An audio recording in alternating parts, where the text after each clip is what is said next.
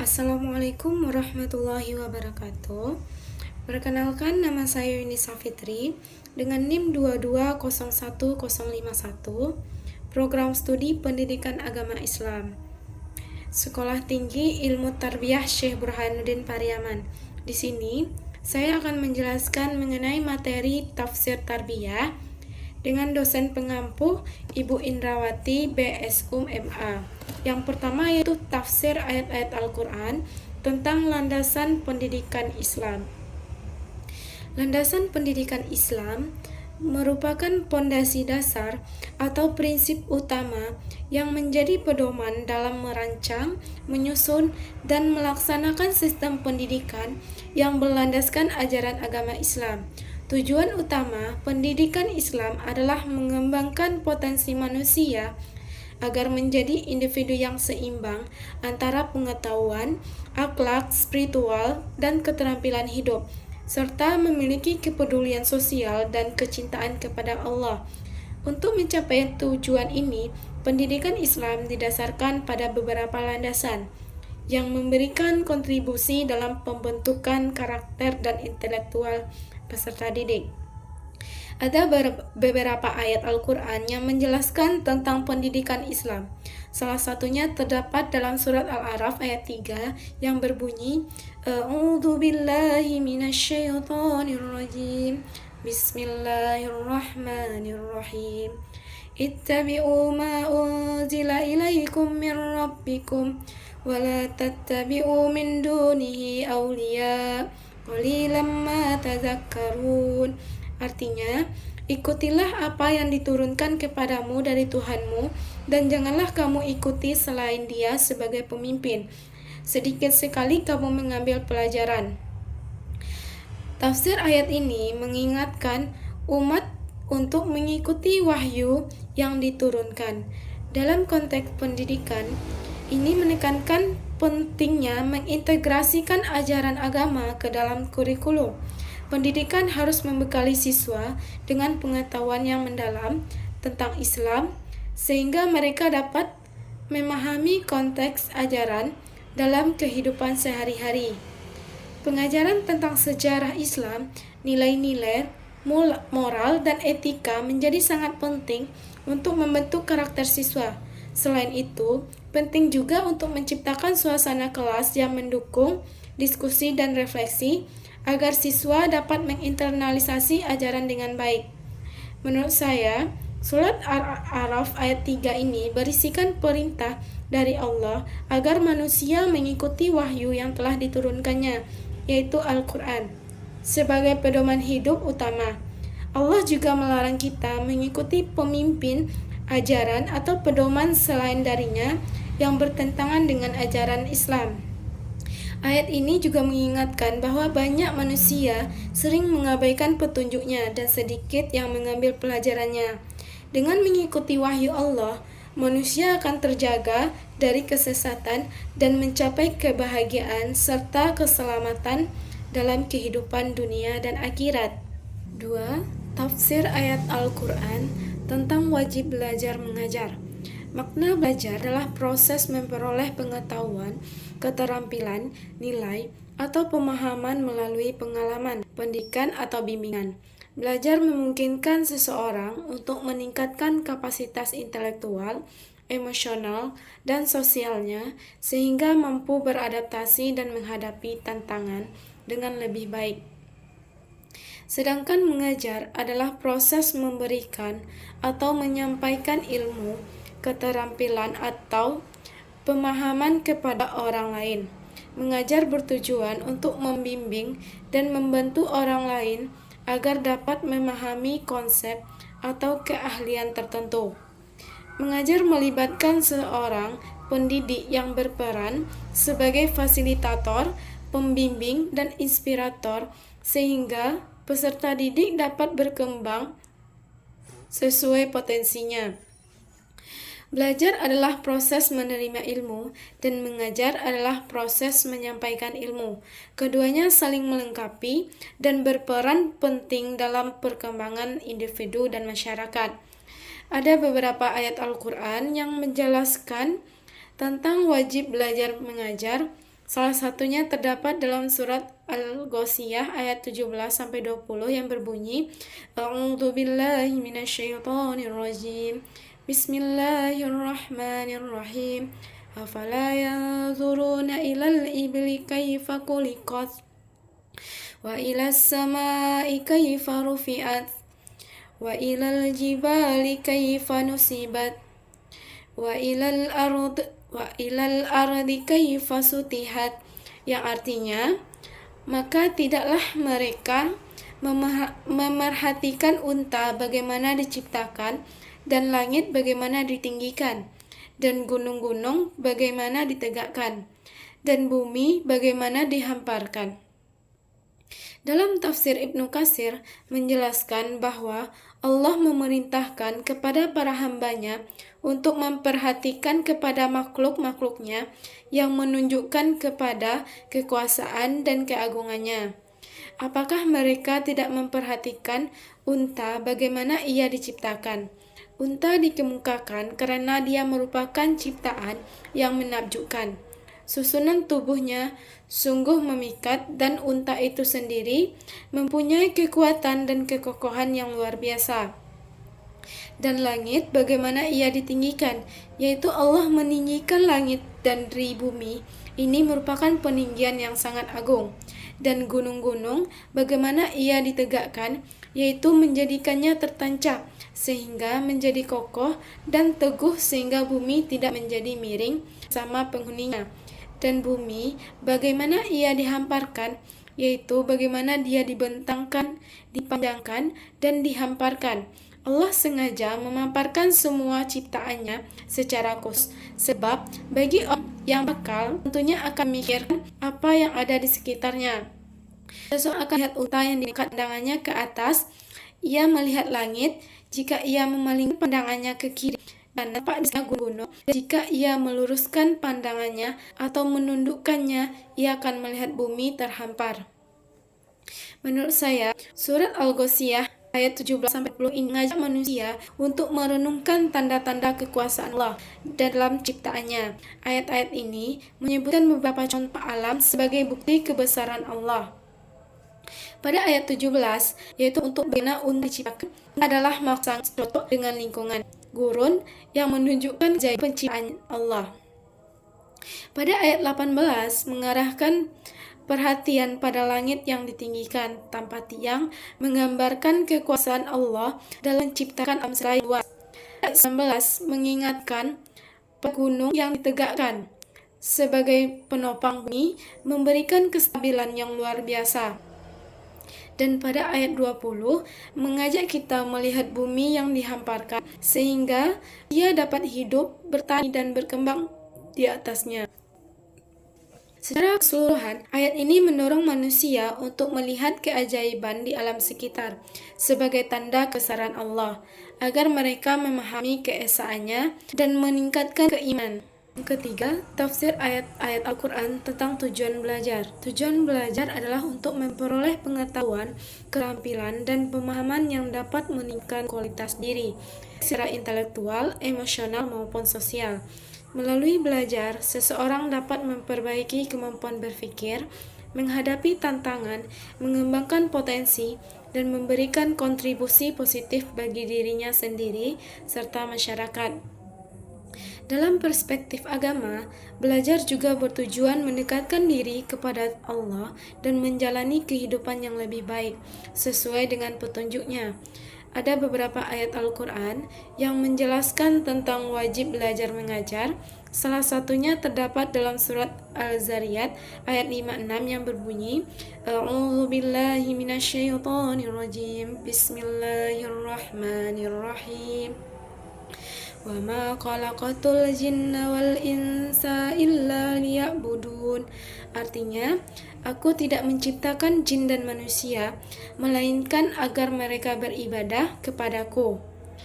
Dalam tafsir Ibnu Katsir menjelaskan, sesungguhnya aku menciptakan mereka agar aku memerintahkan mereka untuk menyembahku, bukan karena aku membutuhkan mereka. Ali ibnu Abu Talha telah meriwayatkan dari Ibnu Abbas radhiyallahu anhu, melainkan supaya mereka menyembahku, yakni agar mereka mengakui kehambaan mereka kepadaku, baik dengan sukarela maupun terpaksa. Demikianlah menurut apa yang dipilih oleh Ibnu Jarir. Menurut Ibnu Jurayj, makna yang dimaksud ialah melainkan supaya mereka mengenalku. Ar-Rabi' Ibnu Anas telah mengatakan sehubungan dengan makna firman-Nya, melainkan supaya mereka menyembahku, yakni kecuali untuk beribadah. Menurut saya, surat Az-Zariyat ayat 56 menjelaskan tujuan belajar adalah untuk mendekatkan diri kepada Allah dan menjalankan ibadah dengan lebih baik. Ayat ini menjelaskan bahwa manusia diciptakan untuk beribadah kepada Allah, dan belajar merupakan sarana penting untuk memahami perintah dan larangannya, mengenalnya lebih mendalam, dan menjalani hidup sesuai petunjuknya. Dengan belajar, seseorang dapat meningkatkan pengetahuan dan pemahamannya, sehingga ibadah yang dilakukan menjadi lebih bermakna dan mampu membawa manusia menuju tujuan penciptaannya. Yang keempat, tafsir ayat-ayat Al-Quran tentang subjek belajar atau murabbi dalam pendidikan Islam.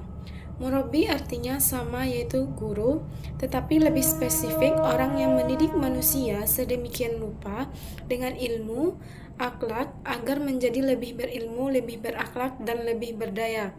Orientasinya memperbaiki kualitas kepribadian murid-muridnya melalui proses belajar mengajar secara intens. Murabbi mengacu pada peran guru di kelas untuk memelihara, mengembangkan, mencintai, mendidik, mengajar, memelihara dan melestarikan alam, serta membentuk bakat dan kemampuan siswa yang ada dalam diri mereka. Ada beberapa ayat Al-Quran yang menjelaskan tentang subjek belajar atau murabbi dalam pendidikan Islam. Salah satunya terdapat dalam surat Al-Baqarah ayat 33 yang berbunyi, A'udzu billahi minasyaitonir rajim. Bismillahirrahmanirrahim. Qala ya Adamu anbi'hum bi asma'ihim. Falamma anba'ahum bi asma'ihim, Qala alam aqul lakum inni a'lamu ghaibas samawati wal ard wa a'lamu ma tubduna wa ma kuntum taktumun.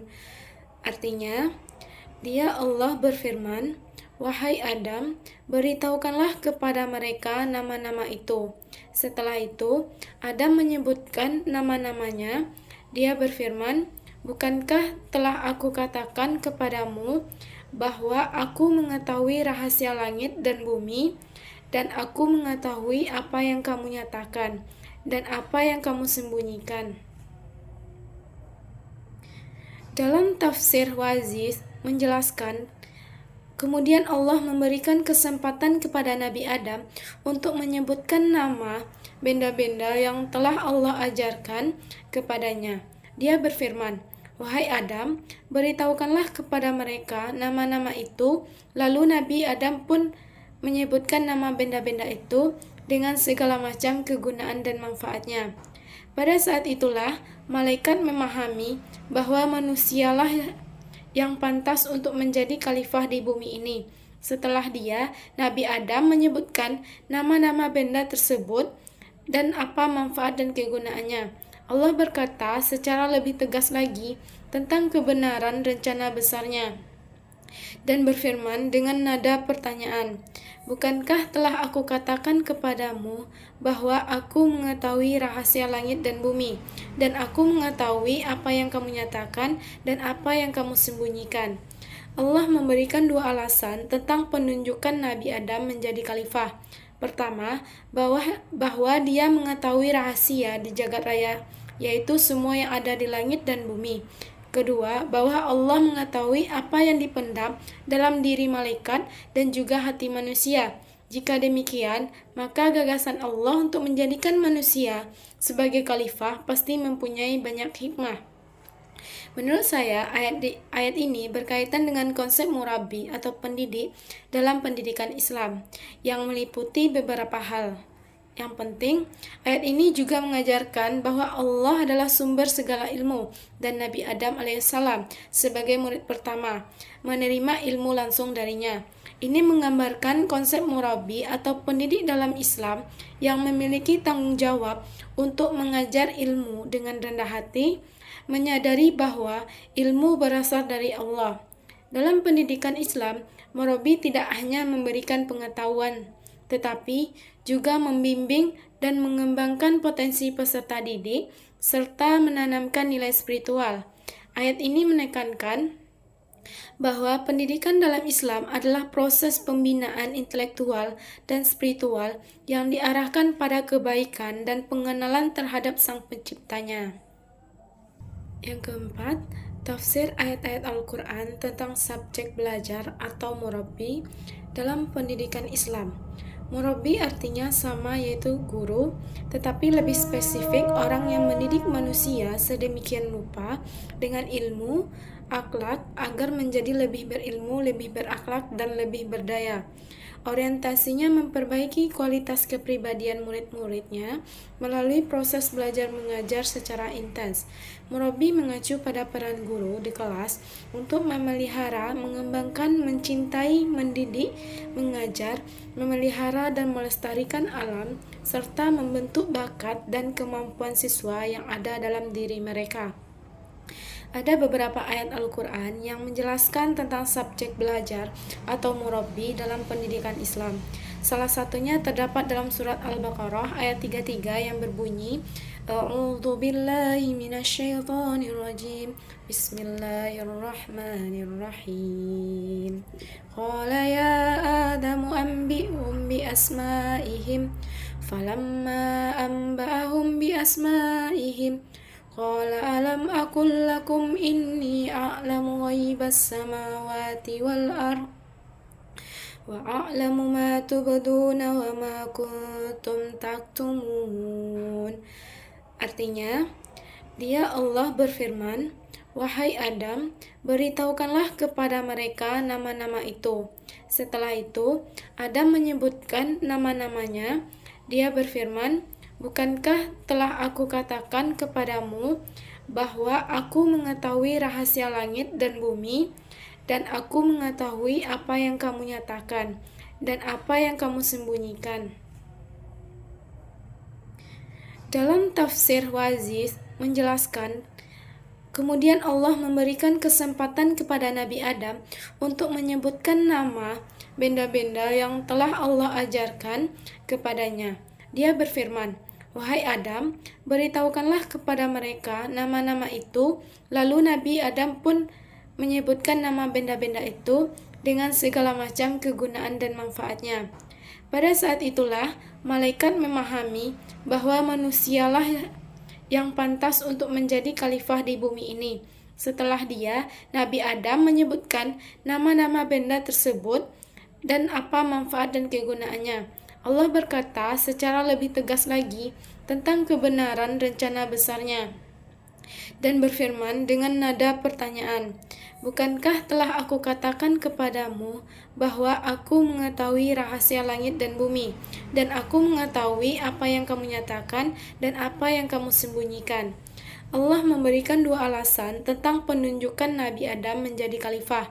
Pertama, bahwa dia mengetahui rahasia di jagat raya, yaitu semua yang ada di langit dan bumi. Kedua, bahwa Allah mengetahui apa yang dipendam dalam diri malaikat dan juga hati manusia. Jika demikian, maka gagasan Allah untuk menjadikan manusia sebagai khalifah pasti mempunyai banyak hikmah.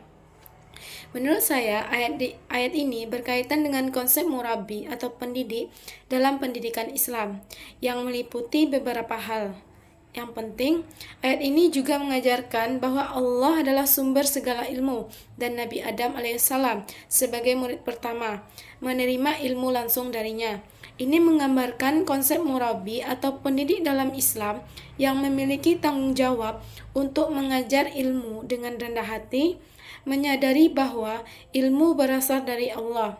Dalam pendidikan Islam, murabi tidak hanya memberikan pengetahuan, tetapi juga membimbing dan mengembangkan potensi peserta didik serta menanamkan nilai spiritual. Ayat ini menekankan bahwa pendidikan dalam Islam adalah proses pembinaan intelektual dan spiritual yang diarahkan pada kebaikan dan pengenalan terhadap Sang Penciptanya. Kelima, tafsir ayat-ayat Al-Quran tentang objek belajar atau mutarabbi dalam pendidikan Islam. Dalam konteks pendidikan Islam, pendidikan dimaknai istilah tarbiyah. Istilah tersebut berasal dari kata rabba yang mengandung makna memelihara, mengasihi, membimbing, mengarahkan, dan mengembangkan sesuatu. Mutarabbi merupakan istilah untuk menyebut orang-orang yang ikut dalam kelompok tarbiyah Islamiyah dalam kedudukannya sebagai orang yang dibina. Ada beberapa ayat Al-Quran yang menjelaskan tentang objek belajar atau mutarabbi dalam pendidikan Islam. Salah satunya terdapat dalam surat Al-Hijr ayat 94 yang berbunyi, A'udzu billahi minasyaitonir rajim. Bismillahirrahmanirrahim. Fasda' bima tu'maru wa'rid 'anil musyrikin. Yang artinya, maka sampaikanlah Muhammad secara terang-terangan segala apa yang diperintahkan kepadamu, dan berpalinglah dari orang yang musyrik. Dalam tafsirnya, Ibnu Katsir menjelaskan Allah Subhanahu wa Ta'ala berfirman, memerintahkan Rasulnya untuk menyampaikan risalah yang Dia diutus untuk menyampaikannya, serta melaksanakannya, kemudian maklumatkan secara terang-terangan di hadap orang-orang musyrik, seperti yang dikatakan oleh Ibnu Abbas sehubungan dengan firman-Nya, maka sampaikanlah olehmu secara terang-terangan apa yang diperintahkan kepadamu. Maksudnya, laksanakanlah apa yang diperintahkan kepadamu secara terang-terangan. Menurut pendapat lain, makna yang dimaksud ialah kerjakanlah apa yang diperintahkan kepadamu menurut Mujahid. Makna yang dimaksud ialah membaca Al-Quran dengan suara keras dalam sholat. Abu Ubaidah telah meriwayatkan dari Abdullah ibnu Mas'ud yang mengatakan bahwa Nabi SAW masih tetap sembunyi-sembunyi dalam menjalankan ibadahnya, hingga turunlah firman-Nya, maka sampaikanlah olehmu secara terang-terangan segala apa yang diperintahkan kepadamu. Maka barulah beliau keluar bersama para sahabatnya menyuruhkan agama Islam secara terang-terangan. Menurut saya, ayat ini mengandung perintah bagi Nabi Muhammad SAW untuk menyampaikan ajaran Allah dengan tegas dan terang-terangan, tanpa ragu atau takut akan penolakan. Dalam konteks pendidikan Islam, ayat ini menggambarkan bahwa seorang mutarabbi atau objek belajar harus dididik dengan ajaran yang jelas, lugas, dan tegas agar mereka memahami kebenaran. Tugas pendidik adalah memberikan pemahaman yang benar dan tidak menyembunyikan ilmu. Sementara mutarabbi didorong untuk menerima dan mengamalkan ilmu yang disampaikan sebagai bentuk ketaatan kepada Allah. Yang keenam, tafsir ayat Al-Quran tentang sumber ilmu dalam pendidikan Islam. Sumber ilmu dalam pendidikan Islam adalah landasan utama yang menjadi referensi atau acuan untuk memperoleh pengetahuan yang sesuai dengan ajaran Islam. Dalam konteks pendidikan Islam, sumber ilmu ini tidak hanya mencakup aspek intelektual, tetapi juga mencakup aspek moral dan spiritual yang memandu bagaimana ilmu tersebut dapat diterapkan.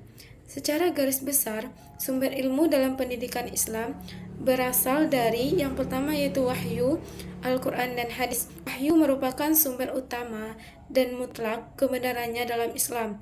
Al-Quran dianggap sebagai petunjuk yang memberikan prinsip-prinsip dasar untuk seluruh aspek kehidupan. Sementara hadis adalah penjelasan dan contoh nyata dari ajaran Al-Quran yang dilakukan oleh Nabi Muhammad SAW dalam pendidikan Islam. Wahyu adalah rujukan utama dalam memahami hakikat kehidupan, akhlak, dan aturan-aturan yang harus diikuti. Yang kedua yaitu akal, rasionalitas, dan logika. Akal atau kemampuan berpikir diberikan oleh Allah kepada manusia untuk memahami dan menafsirkan ilmu. Dalam pendidikan Islam, akal dipandang sebagai instrumen penting untuk mempelajari alam dan mengembangkan ilmu pengetahuan selama tetap selaras dengan nilai-nilai wahyu. Dengan akal, manusia dapat mengembangkan teknologi sains serta memahami ayat-ayat kauniyah, yaitu tanda-tanda kebesaran Allah di alam. Secara keseluruhan, sumber ilmu dalam pendidikan Islam mengarahkan manusia untuk memperoleh ilmu yang seimbang antara aspek dunia dan akhirat, mendorong tercapainya kemaslahatan umat, serta membimbing manusia menuju kehidupan yang sesuai dengan kehendak Allah. Ada beberapa ayat Al-Quran yang menjelaskan tentang sumber ilmu dalam pendidikan Islam. Salah satunya terdapat dalam surat Ar-Rahman ayat 1-4 yang berbunyi, A'udzubillahi minasyaitonirrajim. Bismillahirrahmanirrahim. Ar-Rahman Allamal Qur'an Khalaqal insan Allamahul bayan. Artinya, Allah yang Maha Pengasih yang telah mengajarkan Al-Quran, Dia menciptakan manusia, mengajarnya pandai berbicara. Dalam tafsir Al-Jalalain, karya Jalaluddin Al-Mahalli dan Jalaluddin Asyuti, Ar-Rahman merujuk kepada sifat Allah yang Maha Pengasih, dan ayat ini membuka penjelasan tentang kasih dan sayang Allah yang sangat luas. Pada ayat kedua, dia mengajarkan Al-Quran. Al-Jalalain menekankan bahwa Allah yang langsung mengajarkan Al-Quran, baik kepada Nabi Muhammad SAW maupun kepada manusia secara keseluruhan, menunjukkan bahwa Al-Quran adalah petunjuk yang diturunkan dari Allah. Pada ayat ketiga, tafsir ini menyebutkan bahwa penciptaan manusia merupakan wujud kasih sayang Allah. Kemampuan manusia untuk belajar adalah anugerah yang harus digunakan untuk memahami ajarannya. Sementara itu, pada ayat keempat, Al-Jalalain menjelaskan bahwa kemampuan berbicara adalah bentuk kelebihan manusia yang menjadi alat dalam proses belajar mengajar dan penyampaian ilmu. Menurut saya, surat Ar-Rahman ayat 1-4 ini memberikan penekanan yang mendalam pada sumber ilmu dalam pendidikan Islam, terutama dalam konteks pemberian ilmu oleh Allah kepada manusia.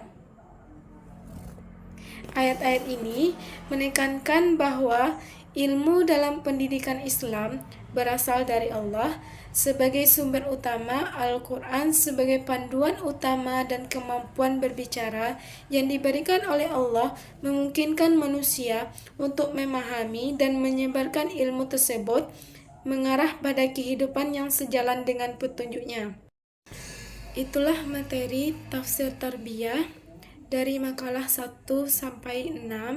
Semoga apa yang saya sampaikan itu bermanfaat bagi kita semuanya. Wabillahi taufiq wal hidayah. Assalamualaikum warahmatullahi wabarakatuh.